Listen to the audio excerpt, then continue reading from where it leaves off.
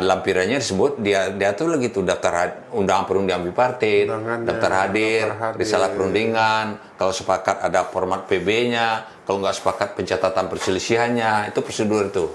Perundingan bipartit kan 30 hari kerja maksimal. Ya.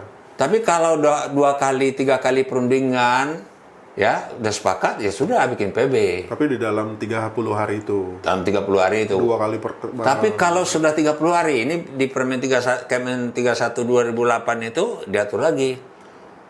Kalau sudah sampai 30 hari, ya, ada kemungkinan ini sepakat, dia bisa nambah lagi tuh. Kan kesepakatan tuh. Bisa nambah misalnya seminggu lagi, dia bicara sama keluarga dulu dan sebagainya, begitulah. Ya, terjadi itu. Tapi dicatat dalam risalah yang ada, harus. Kan risalah perundingan itu kan pendapat pekerja seperti apa, pengusaha seperti apa, kesimpulan apa. Tanda tangan gitu ya. Kan kesimpulan belum pakai kesepakatan, akan dirundingkan lagi kapan, tanda tangan gitu. Kalau udah nggak sepakat, tidak ada kesepakatan, sepakat di proses sesuai dengan peraturan perundangan berlaku, udah catatkan perselisihannya. Tapi kan makan waktu itu. Makan waktu. Perusahaan biasanya nggak mau gitu. PB.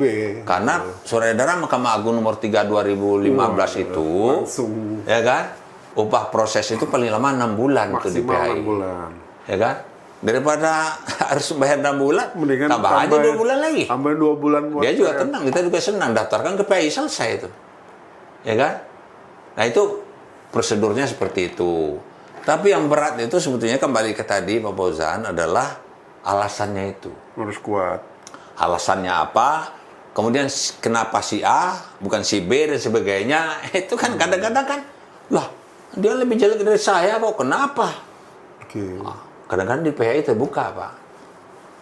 Dia lebih jelek, tapi atasan sayang sama dia. Maka dia nilainya bagus dulu itu. Tanya sama yang lain, dia pasti dia jelek dari saya kinerjanya. Dibuka di PHI itu. Akhirnya dibatalkan semua PHI. Kerja kembali. Akhirnya kerja kembali loh itu. Ini berat. Berat ya. Nah, itu perusahaan harus mitigasi itu. Risiko yang akan timbul seperti apa. Harus. Jadi nggak gampang sih. Tapi nggak susah juga apabila komunikasinya bagus. Kan gitu kan. Nggak susah juga. Yang sering selama ini kan perusahaan, mohon izin ya teman-teman pengusaha. Ya nggak komunikasinya nggak cair gitu loh.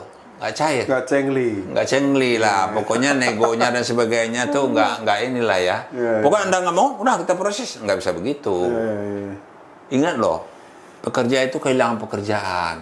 Berapa orang tanggungan keluarganya itu harus dipikirkan itu. Perusahaan harus memikirkan itu. Tapi terpaksa ini dilakukan. Nah, kata terpaksa ini sebetulnya harus sering disampaikan ini terpaksa. Anda lihat kondisi perusahaan sekarang seperti ini. Seperti misalnya ada berapa cabang tutup sudah. Apa itu tidak cukup membuktikan? Kita nggak mau merugi, menyatakan merugi.